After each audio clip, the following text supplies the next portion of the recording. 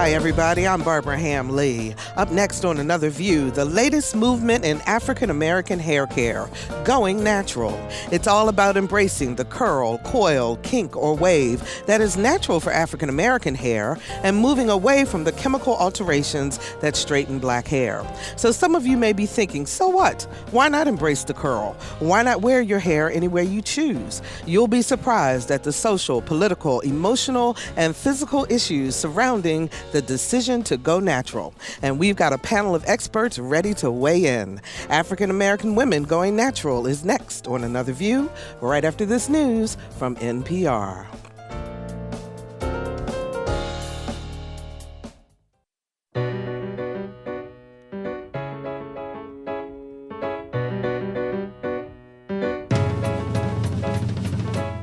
Discussing today's topics from an African American perspective, this is Another View. Good afternoon, everyone, and welcome to Another View. I'm Barbara Ham Lee. Before we get into our discussion today, we just want to bring to your attention the Scholar Fest with a Youth Explosion, which is tomorrow, Saturday, September 6th, from 11 to 3 at the James Monroe Elementary School field. And this is an opportunity for families to come together. There will be school supplies, a book reading, entertainment, talent shows, games, food, much more. WHRO will be there with our educational van, and we want you to come out and celebrate our youth going back to school. So that's tomorrow, September 6th from 11 until 3 at James Monroe Elementary School field, West 29th Street in Norfolk. Hair, the crowning glory atop every woman's head. So many options: cutting, perming, styling, relaxing, twisting, braiding, weaving. The list goes on. With the focus on healthy eating and healthy living, there's now a movement for African American women towards going natural. That is, embracing our hair texture and eliminating the use of products that chemically alter the hair.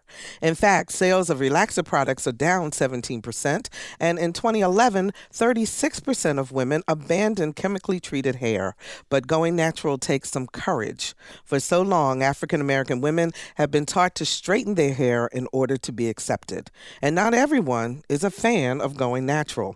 Here to talk all about the healthy natural hair movement is Rosalynne Whitaker-Heck, or Dr. Roz as she's called, co-owner of Heck Productions and founder of Main Event, which stands for My Authentically Natural Evolution. Hi, Roz. Welcome. Thank you so much. I'm so happy to be here, and I welcome everyone to listen in because this is going to be a hot topic today. Absolutely it is, as you can tell already. Jennifer Heck Cole, who has a story to tell about going natural. Hi, Jennifer. Hello. How are you? I'm good. Thanks so much for joining us today. Sure. NSU political science professor Carol Pretlow, also of the Round Table. Hi, Carol. Hi. Welcome back. Thank you. Journalist, author, and talk show host Wil LaVeist. Hey, Will. I know you brother. You are so brave. What can I tell you? I tell you, Takes guts, man. You tempted me, having me here with all these beautiful black women, but I don't know what I've got myself into. Well, you're not too bad looking yourself, so we'll have you along. That's okay. And joining us by phone is award-winning photographer Jason Michelow Johnson. Hi, Jason. How are you? Hello, how's everybody? Everybody's doing fine. great. Right. So let me start with you, Dr. Roz, because I want to make sure people understand what exactly does going natural mean? That's a very interesting question because there are a lot of different interpretations. But one interpretation that I will share is that it is the conscious decision not to use a chemical product that will permanently alter the natural or original structure of your curl pattern or structure of your hair texture. Okay. So like today, someone said, well, I wear a weave, my hair underneath it is natural, so does that mean I'm natural? My definition, yes, you are.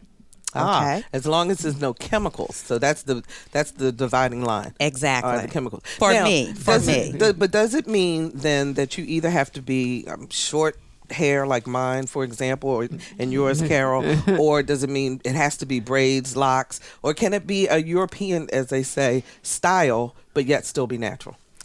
I think natural means that you have accepted what was given to you naturally and that you have embraced it and you're proud of it. You're not trying to hide it. You're not trying to keep it under the weave, okay, because you're not comfortable with your natural hair. So I think it all depends on how you embrace your comfort level with the hair that you were born with. Carol, you've been natural for how long? Ooh, over 40 years. Over 40 years. And Now, when you started, was it more of a political statement for you, in the sense that back in the 70s, for example, when I went natural, because it was the afro, and everybody thought, wearing the afro meant, you were showing your black pride and all of those things, or was it just something you decided to do? I was just, tired of the hairdresser. And I had been in Africa for the summer. And when I was there, one of the women in the village said, "No wonder you're hot. You got too much hair." And she shaved my hair. And when I came back, I said, "This is great." And I just kept it. Wow. Good gracious. Now, Raj, you're natural. How long Yes. have you been natural? Since 1986. So, Carol, you got me by a couple of more decades. Yeah. Okay, I'm old. Yeah, I went natural in 1974. But Jennifer, how long have you been natural? It'll be 3 years in March. Ah, okay. So you're fairly new. Fairly new. What made you decide to go natural? So this is my second time around, and I really just wanted to know and understand what my hair was. It's frankly more of a journey towards self-acceptance. And I didn't know how to handle my hair other than in a relaxed or straightened state. So I just wanted to know what my hair texture was like and really like my hair texture. So you like it. Did you ever get any pushback from anyone, though? Oh, yes. Yeah, that's why it's my second time around. So that first time around was in 2005, and my husband really hated it. I mean, he just absolutely hated it. So I would let the relaxer grow out, and then I cut my hair shorter than it is now. And I wasn't going to a stylist to keep a shape or anything. I was just kind of letting it grow.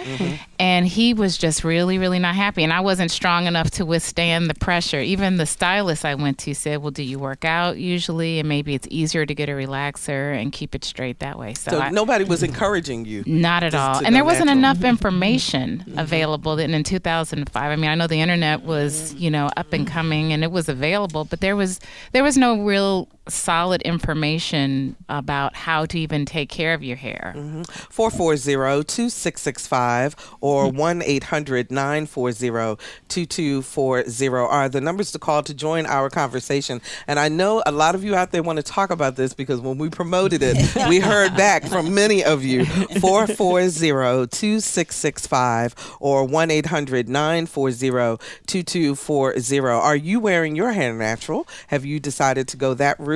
Do you disagree with the natural movement? Give us a call and let's talk about it. Will, from a male perspective, does it matter to you if a woman is natural or if her hair is chemically altered? Or No, personally, to me, and it doesn't matter in a sense that, I love women. So, and I mean, Barbara, that my late mother is Dominican, so I love my Latino sisters, and I've dated many different types of women. I was married to a black woman, and for me, I think that black women a lot of times do not realize that hair is probably the most versatile as any group of women. When I came here as a columnist and then I was editor of Mixed Magazine, one of the beautiful things I got a chance to do was to spend time with people with different ethnic groups when we were doing Mix, because that was a multicultural magazine. And you'd be surprised when you get a chance to really talk with people in their own comfort zones in their homes, and they talk about their issues and things, and they share amongst each other. You find that women of other groups have issues with their hair and concerns with their hair and the inability to do versatile things. Black women have the ability to wear their hair in braids, to put it in a perm, to wear it in dreadlocks, to do all types of different things. I had a girlfriend when I graduated from college, when I went back to New York, which is where I'm from, Brooklyn. And her hair was like shoulder length. And then, she told me, I'm thinking about, I want to cut my hair short, like yours, Barbara. And I was like, well, yeah, I mean, that's what you want to do, right? She had it processed and all that. And she cut it short, and she looked absolutely beautiful. Mm-hmm. She had the head for it, like you do, Barbara. You know. Thank you very much. You know, she had the style for it. Thank you. And it was just something that, she wanted to do. So I think my problem comes when women don't take care of their hair.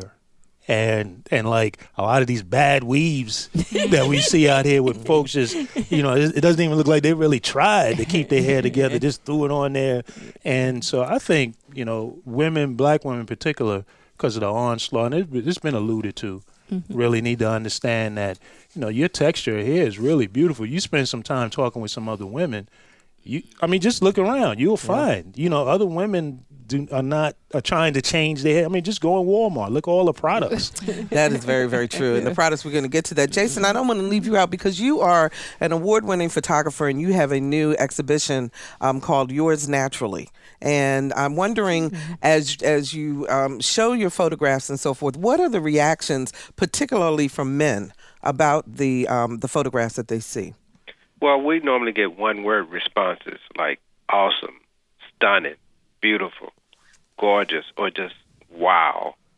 Everyone that's seen the sneak preview so far have been amazed at how beautiful sisters look.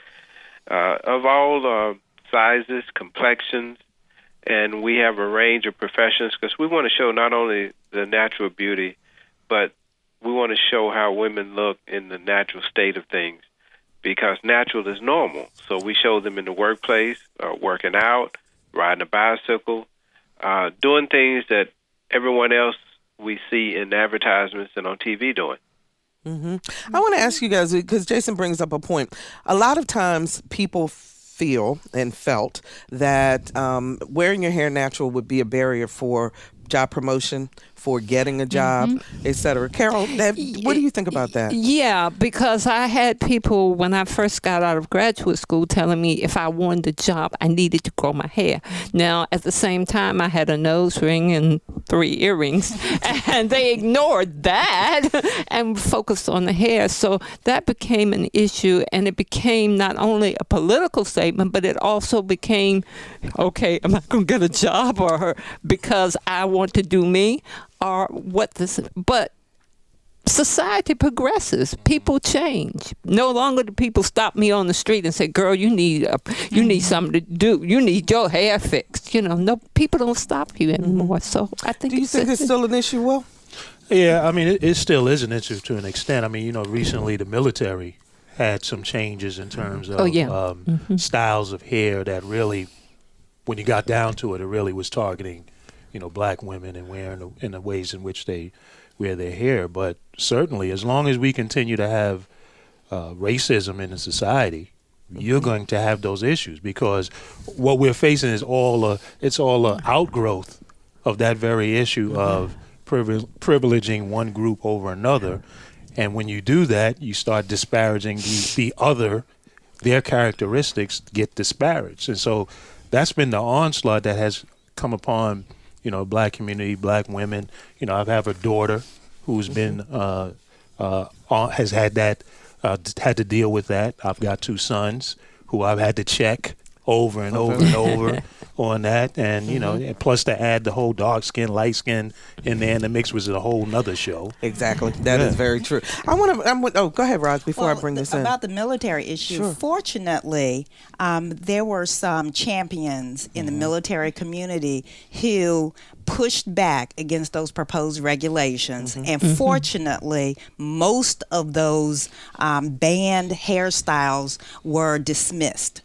They still, I believe, do not care for dreads, right? But the twists and the braids and all of that. Fortunately, there were some very strong and vocal women who came forth, and those regulations were modified. So I was very happy to see that. I want to play a clip from Chimamanda Ngozi Adichie, and she is talking about she's responding to a question from Jon Snow. She's being interviewed, and she says that hair is political. Now, in this discussion, her hair is in braids on top of her head. Let's play the clip. Is hair a conversation? It's a political thing. Is it? It is. A statement? Black women's hair is political. Are you making a statement? I don't intend to.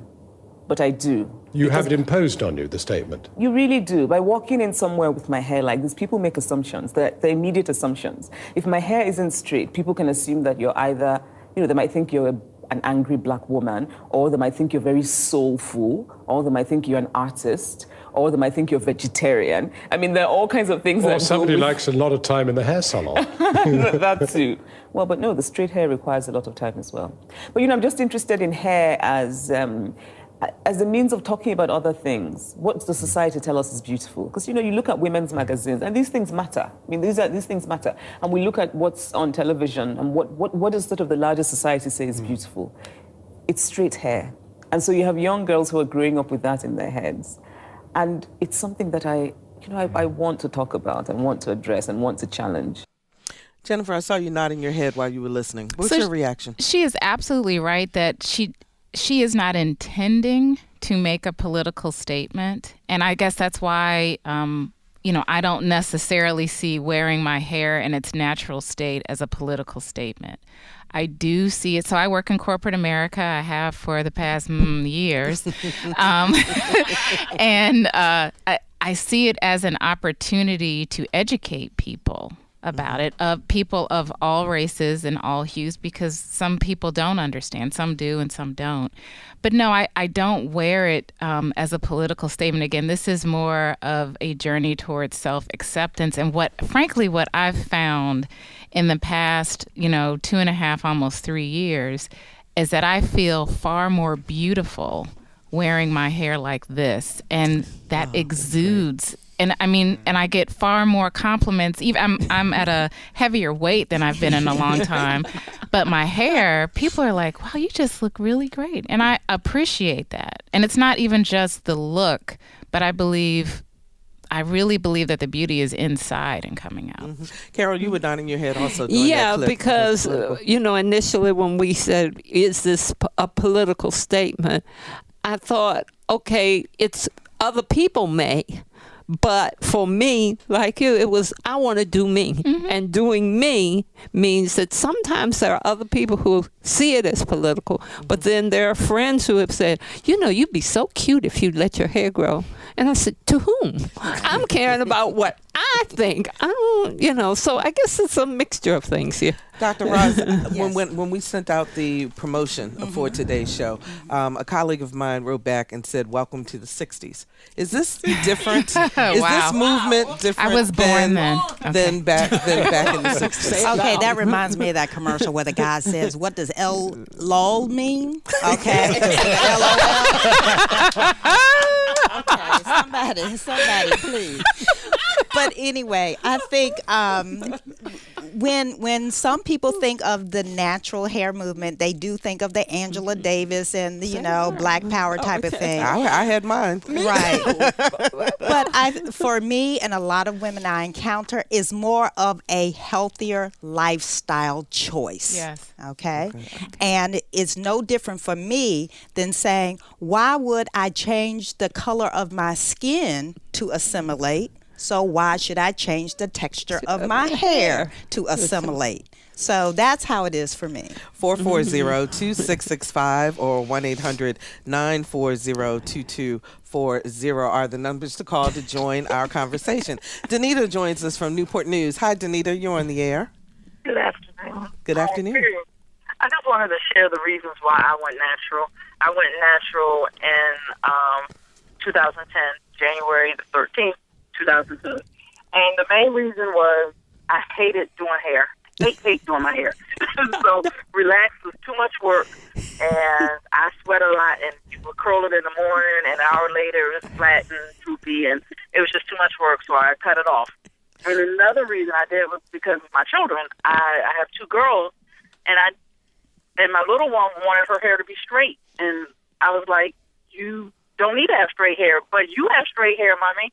And I was like, I can't even embrace my own naturalness, then how can I expect my own child to? And so I remember the first time I flat ironed it after I had cut it off, and she was like, why are you doing that to your hair, Mommy? Why are you doing it? I like it the other way. And I felt so good about that. Oh, that's fantastic. You know, I find it interesting, Danita, that you know the exact day that you went natural. Was it a traumatic thing for you in terms of making that decision?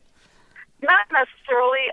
What I used to do is I would relax my hair, and then towards the end of the winter, when it started to warm up, I would let it grow out. And every year I would cut my hair pretty short, but it would be kind of relaxed. So I would have these like little curls, kind of droopy kind of curls. So it was my relaxed, halfway relaxed kind of hair. And then over the summer it would grow out, and then when it got cold again, I would relax it. So I was kind of used to it being short. I just was never used to it being as completely natural. Texture short. Gotcha. Exactly. Okay, thanks so much for joining us, Danita. I appreciate that. Dr. Roz, and I'll get to you in a minute, Will. Explain, I want people to not think that going natural means you don't style your hair, you don't, take care of it. Exactly. Please do. That doesn't mean you just get up and walk out and not do anything. Right. Not a good look. I do throw shade on some natural hair that I know has just been left to the wind. When you wake up in the morning, yes, you do need to groom it, okay, just like you would any other thing like taking a shower. And you have different types of styling products that might be new to a natural hair regimen that you would not be using for relaxed hair. So you need to understand what those styling tools are, and you also need to understand that there may be some different products that you need to become familiar with to help maintain your natural hair. So I think that you cannot assume that just because you're natural, it can look any kind of way. No. And when we were talking about professional environments, it's especially important to maintain properly groomed natural hair in a professional environment, or if you're going to church or other places that might have more conservative, people around. So, sure, you need to maintain that natural hair and have it looking gorgeous. Absolutely. Well, you wanted to make a comment. Yeah, because I can relate to what the caller was saying when I mentioned my daughter. I've gone through that with her, with being, again, hit with all of these messages about how you should look, what is attractive to boys, those sorts of things. And you often see in the videos, girls got long flowing hair and this kind of thing going on. I had to work with her on that to understand that, look, your hair and how you are in your natural state is absolutely how God intended you to be. You are beautiful. And that's where you start getting into that good hair, bad hair thing, which is totally, anybody that subscribes to that, what you're doing is you're buying in to this whole racism nonsense when you subscribe to that. And so that's why I said, I think, where I'm a little different here is that I think that if a woman wants to perm her hair, she should be able to do that. But don't do that because you are trying to kill your Africanness. Do that because that's a look that you want to flow in. And then if you want to go flow naturally, go flow naturally. I like to see women, I try to work with my daughter to get that kind of esteem to know, what, however I want to go is what I can do, but I'm not doing it to satisfy someone else or to satisfy some societal standard that's been made up. There was a woman by the name of Ernestine Johnson. She's a poet, and she appeared on the Arsenio Hall show. We pulled together a couple of points out of her poem that has to do with hair. That goes kind of to what you're talking about, Will, in terms of self-esteem. Let's listen to that clip. They say I'm not the average black girl. No, not the average black girl, because the pigment of my skin is just a shade lighter than that black girl over there. The black girl over there. The black girl with the nappy hair. The black girls whose elbows can't skip a day without lotion. Whose hearts and heads are filled up with self-hate and bottled up emotion. The cocoa brown girls who have to face society every day and be tough. Because no matter how good they straighten their hair, their good is still not good enough. My tongue pronounces every syllable, and the combed part down the middle of my hair is naturally visible. Oh, it must be a weave, she must be mixed, because we all know the average black girl ain't got that good. Or when I walk into a room full of white men, they all stare. It must be the long lengths of my unaverage black girl hair. Pardon me if I can't openly accept your compliment. It's just the average black girl that I know. The average black girl that I know had courage that surpassed her every fear and fought for justice and equality year after year. So as I construct these words, pardon me as I shed a tear, because I'm not half the black girl she was.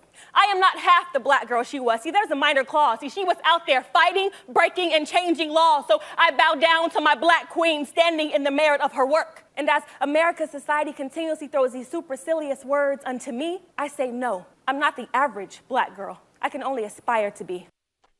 Pretty powerful stuff. You know, and she brings up a point when she says nappy hair. In the military regulations, they changed this, but they had words like unkempt, matted. Why is it that the thought of natural hair takes on those types of negative connotations? What do you think, Dr. Ross? It's basically lack of education and lack of enlightenment. That's what it is. We have to gradually evolve out of that mindset. And I'm seeing newer generations of women, fortunately, embracing newer and more positive concepts of their hair. And you're going to see more and more women see these newer generations of women be very comfortable with their hair.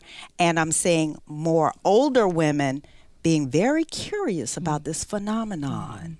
And I'm seeing reactions like, oh, I see you're wearing your hair natural now. Have you always worn your hair natural? Right. So I am also helping to educate not only newer generations of women, but also older generations of women that the way we look now is okay. Absolutely. Because for older women, they were taught that it wasn't okay. Yeah, because in my family, there were people who were like, okay, you know, you'd be so cute if you do something to your hair, and I'll help you do something. And it was like, what is the something that you're talking about? You know, define it. But then on the other hand, and I think about 5 years ago, I went on a cruise, and there was an older white gentleman who said, may I touch your hair? And I said, can I touch yours too? I was like, what is that about? It made me feel like I'm some little animal that, let me experiment and touch. If you're just joining us, we're talking about the natural hair movement with Rosalynne Whitaker-Heck, Jennifer Heck Cole, Carol Pretlow, Wil LaVeist, and Jason Michelot Johnson. And Jason, I haven't forgotten about you. I'm going to come to you in a minute, but I want to take a call from Valerie in Newport News. Hi, Valerie. You're on the air. Hi, Barbara. How are you? Doing great. And hello to your guest. Thank you. My hair started thinning out, and I thought it was because of all the chemicals, the perms and stuff. So I went to a dermatologist, and he said it's just, my father, my brothers, all of them being bald, then I had started thinning out at the top also, so it was hereditary. So I cut my hair short about 7 or 8 years ago, and I love it. I've gone natural, and I love it. Fantastic. And you know what, Valerie? I have to tell you, because in my mother's side of the family, the women hair thins, and mine is doing the same thing. And so the thinner it gets, the shorter my hair gets. We appreciate that phone call, 440-2665 or 1-800-940-2240 are the numbers to call to join our conversation. If you're an employer, would you hire someone, or do you have an issue with hiring someone who has natural hair? 440-2665 or 1-800-940-2240. So, Jason, let's talk about your exhibition. What made you decide to take photographs of African women with natural hair? Well, it started while I was at a vegan brunch, and I saw a couple of sisters who had different kinds of styles, but they were all natural.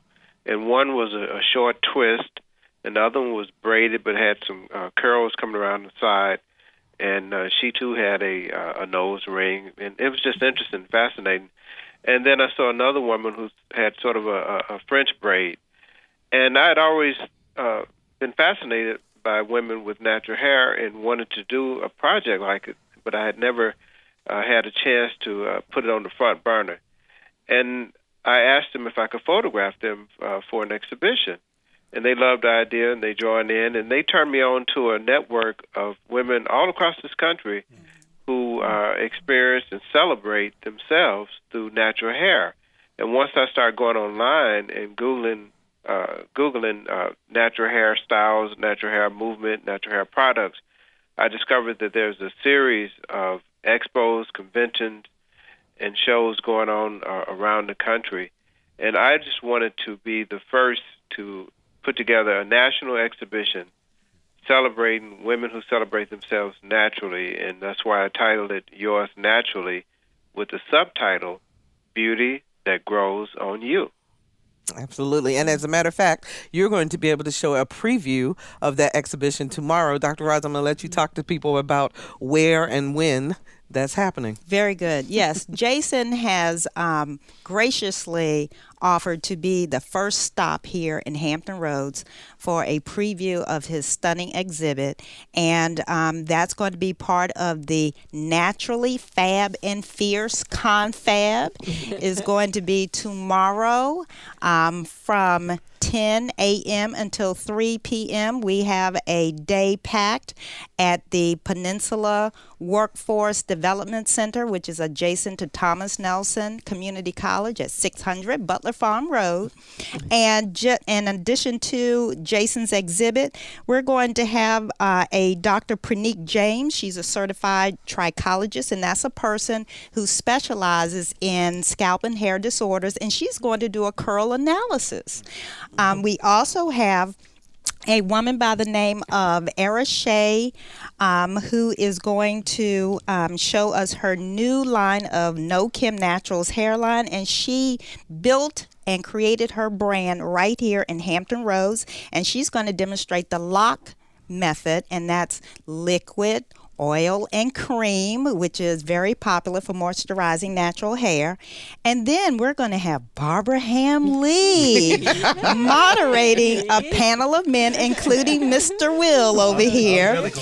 And yes, and they're going to share their innermost thoughts about natural hair. And one of those men is a 90-year-old, okay? And I won't give any away secrets. But anyway, after that, we're going to have another session on how to use the right styling tools. What is a diffuser? How does it work? You know, what is the difference between different types of flat iron, ceramic, titanium, all of that type of thing.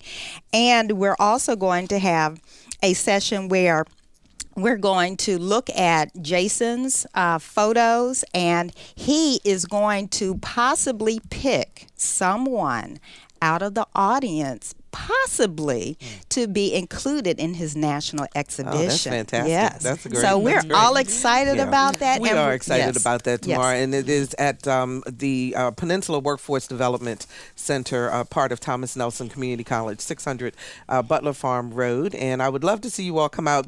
Our panel discussion of all men and me, and we're going to be talking about, from a male perspective, what they think about natural hair. So that is tomorrow. There is a website. Yes. And it is www.mainevent, M-A-N-E, like the mane of hair, mainevent.me. And you can go online. You can get more information about how to purchase tickets and where the event is going to be. And I would absolutely encourage people to get their tickets today, because they do go up at the door tomorrow. Okay, so if you'd like to come on out, that is the opportunity for you to do that. I want to know, is there a divide between people who wear their hair natural, women who wear their hair naturally, and women who don't? Is there any kind of conflict between them? I think it all depends. Sometimes I know I had to be enlightened because I had preconceived notions, I have to admit, about women who I saw wearing hair that was not theirs, that they were born with.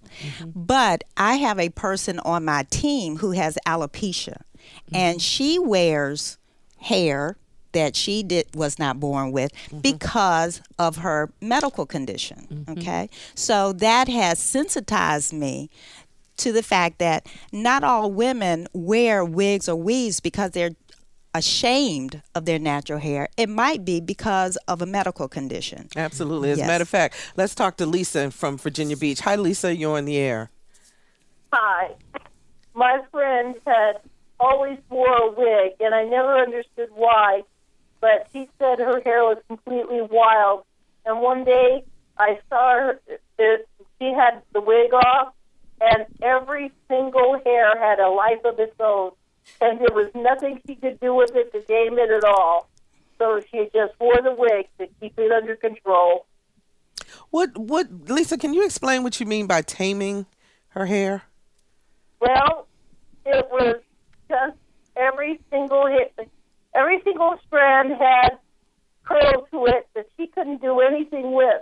I mean, she just couldn't do anything with it to make it, so she just wore the wig. Because it was just pouring out there like a giant afro and a massive, it was a lot like Diana Ross's hair when it was all okay. Thank you so much for your call, Lisa. We appreciate that. Dr. Raj, you want to respond? And that's a very interesting comment when your caller said that she knew this person who couldn't do anything with her hair. Well, that's the premise behind our confab tomorrow, is to help educate people not only in terms of how to control their hair, but also how to embrace it. And if they want to wear it wild and unkempt and let it go with the flow, then we help them understand that that's okay too.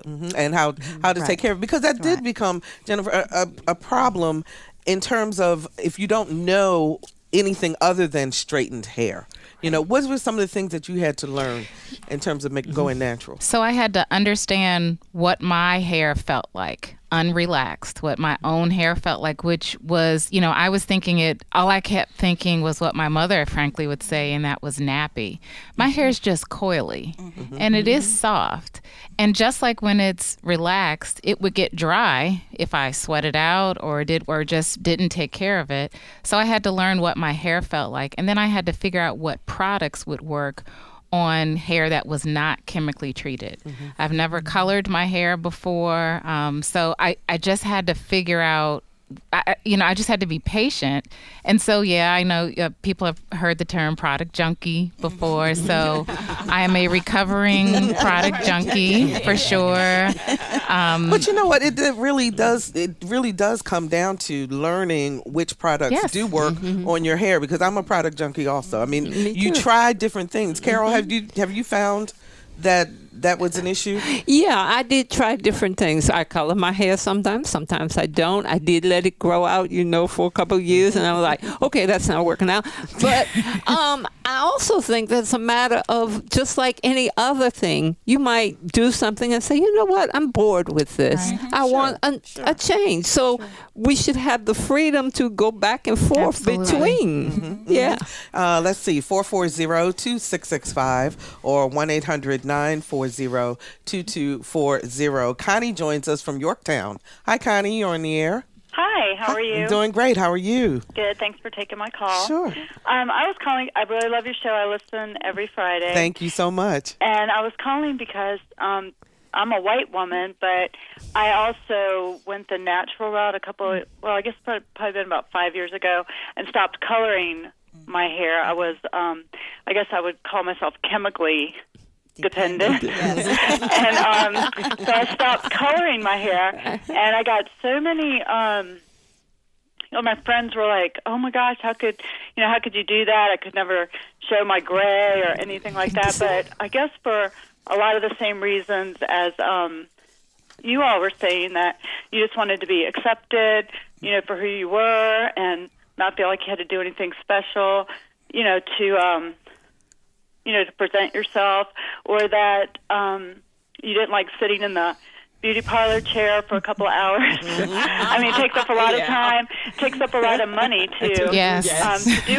So I was kind of relating to what you guys are talking about. Absolutely. Thanks so much for the call, Connie. And Will, that goes to your point about there are women from all different races and that have an issue. And the other thing, I wish if Connie was still on the line, is that white women get perms. Yeah. And also, but it curls their hair, it doesn't straighten it. I mean, you know, so they, there is a difference. So I mean, but they do that. That's what they still commit the I mean, altered. Exactly. and you got to ask yourself, well, why? Yeah. If that's good hair, then why are they doing that? Maybe they don't have that perception of good hair. And then the other thing I wanted to know, what is this thing about, you know, just wetting your hair in the morning and just going outside? That's a wash and go. What is That's that? Explain that to me. What is Dr. Roz? You don't do that, right? Yes, you do that. That's a wash and go. You're looking at one right now. That's a wash and go. And you hope that somebody doesn't see you until you go, right? No, not at all. A wash and go means that you literally wash your hair or get it wet in the shower, and then you let it air dry. You don't blow dry it dry. You don't sit under a hooded dryer. You walk around on the train, you dripping on everybody and all this. I was going to New York, people dripping on you. Wait a minute. That was in the 80s with the Jerry curl. Okay. That's different. That's very different. I'm pulling back. Let's talk to Mary in Virginia Beach. Hi, Mary. You're on the air. Oh, hi. Thanks for taking my call. Sure. I love your show, and I love the conversation that we're having today. Thank you. As a white woman, I have very curly hair, and I can, to some extent, relate with it going be natural. I mean, I have some really curly hair, and sometimes I will look in the aisle under the more ethnic treatments for hair care and wondering, you know, is that going to help me as well? And if so, what products, you know, I might be able to use that can help, you know, make my curls more, you know, conformed and, you know, manageable and the same problems that I think anyone has with curly hair, because our hair is just as dry and it can get frizzy and it can get crazy. And so I was just wondering if you have any products that you would recommend. Mary, you know what? We can't name specific products on the air, but we can talk to you about some things to look for in products. Dr. Ross? Well, the first thing I would advise you to do is to go to see our in-house stylist, if I can say her name and where she is.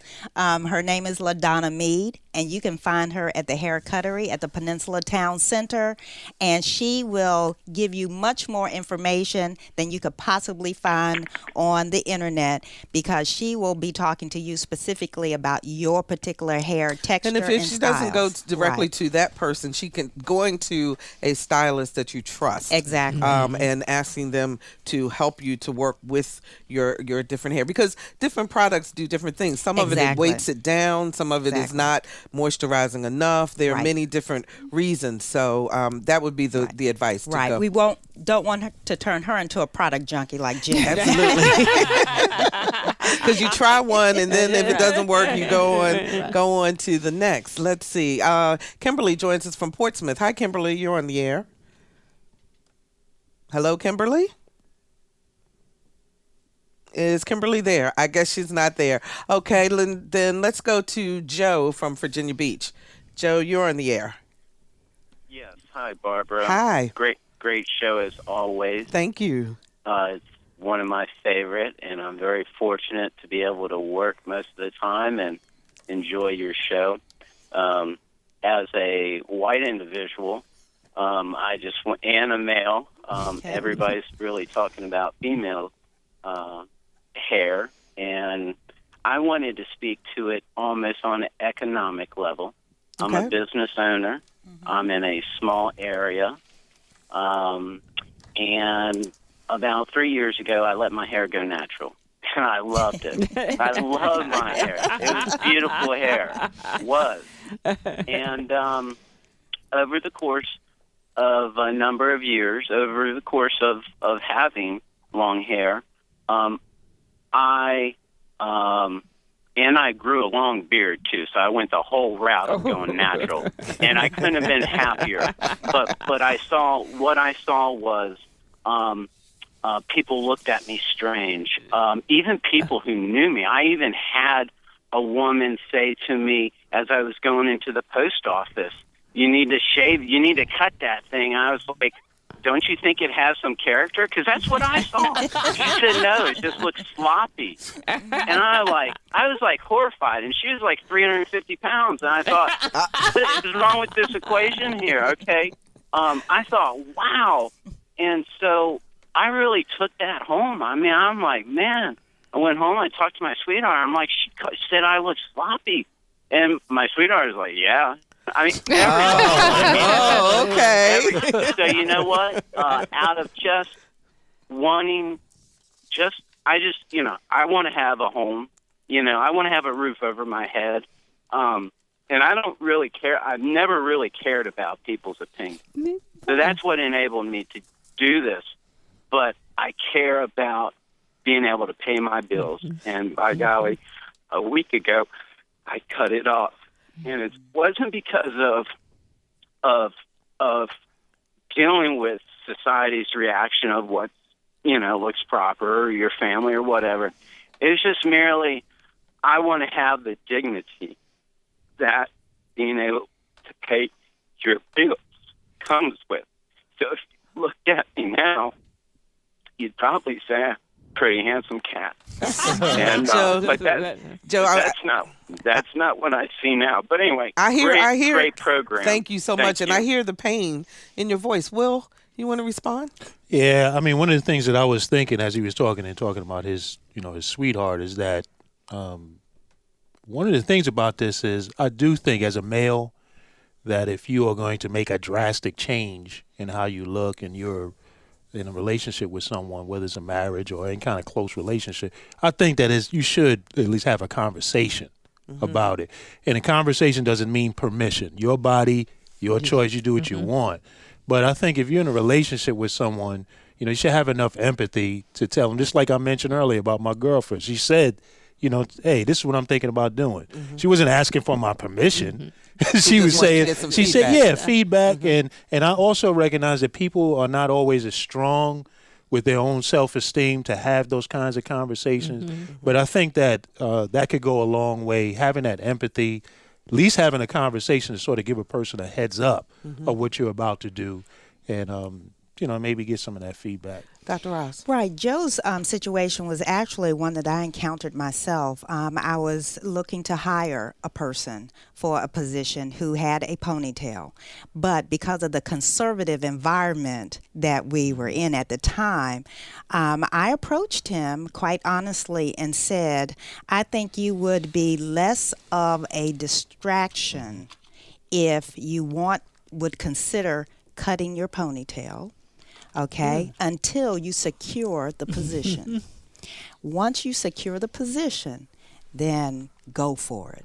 And he agreed to do that. He said, it's just hair. I don't mind cutting it off. And once he got the position, he grew it back and everything was fine. Now, let me ask you a question because I'm going to turn that back on you for just a minute. If someone had said that to you, I think if you just straighten your hair until you get the position, would you have taken offense to that or would you have thought, as he did, that was a good idea? It all depends on who was giving me that piece of advice. And if I trusted that person and that they were looking out for my best interest, then yes, I would consider it. Yes, I would. Carol, you feel the same way? Yeah, I do, because I was in a situation once when I was in graduate school, and it had to do with a local TV network that I was working with. And some people called in and said they thought I should grow my hair. And I'm very fortunate because the producer said, there's a knob on your TV. It's called change the channel. But I understand that it does make you kind of feel, well, I have to do this to conform. What about what's inside of me? What about my brain? Don't you care about that? So there are all kinds of things. I'm going to try to get one more call in real quickly. Kimberly joins us from Portsmouth. Hi, Kimberly. Hi. Go ahead. You're on the air. I just needed to call in because I was just blown away by this conversation, and I'm so glad you guys are talking about this because I am 47 years old. I'm a black female. I have incredibly thick hair, and I have always had incredibly thick hair. There will be no thinning of my hair. That much I know. I'll be 90 years old, and I'll be looking like Cousin It from Addams Family. I know it. Okay. But I have a very low hairline, and so I've always had a very small forehead. And I was, saying to your producer earlier that for me, most of my life, pretty much my entire childhood and teenage life, has been spent hating my hair. And I was born in '66. I actually had written. I don't mean to cut you off, but we're just about out of time. Is there a specific question you have? I just wanted to make a comment that I'm glad you guys are talking about this because I'm just learning to love my natural hair. I have dreadlocks now. Fantastic. And so we appreciate that. We are down to almost 2 minutes, so that's why I wanted to make sure that we had an opportunity for everybody. First of all, to respond to her, Dr. Roz, in terms of how she's feeling better about herself and her hair now. And it's all about enlightenment, and like Jennifer said, it's all about loving yourself and being happy with it. Okay. You know what? We're just almost out of time. I want you to tell us again, Dr. Roz, about tomorrow's event. Excellent. It's Naturally Fab and Fierce. People can go on eventbrite.com and search for Naturally Fab and Fierce, or they can go to www.mainevent.me and see more information and details. And again, we're starting at 10 o'clock in the morning, and we're going to have fabulous sessions all day. We're going to have lunch with Barbara Ham and some lovely men. And we also will have some vendors who will have all kinds of things for helping you maintain that healthy hair lifestyle. Okay, fantastic. Will, last words on what you'd like to tell women about natural hair? Hey, I just learned that weaves are natural, but not bad weaves. Please get rid of those bad weaves. Lord have mercy, please. Jennifer, last word. Yeah, just don't be afraid and be patient with yourself. Okay, Carol. Remember, you are not your hair. It's good, but it's an accessory. Okay. Thank you all so very, very much, and we will be right back.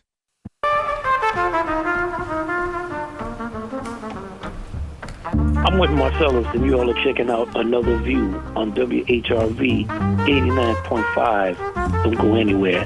Check us out.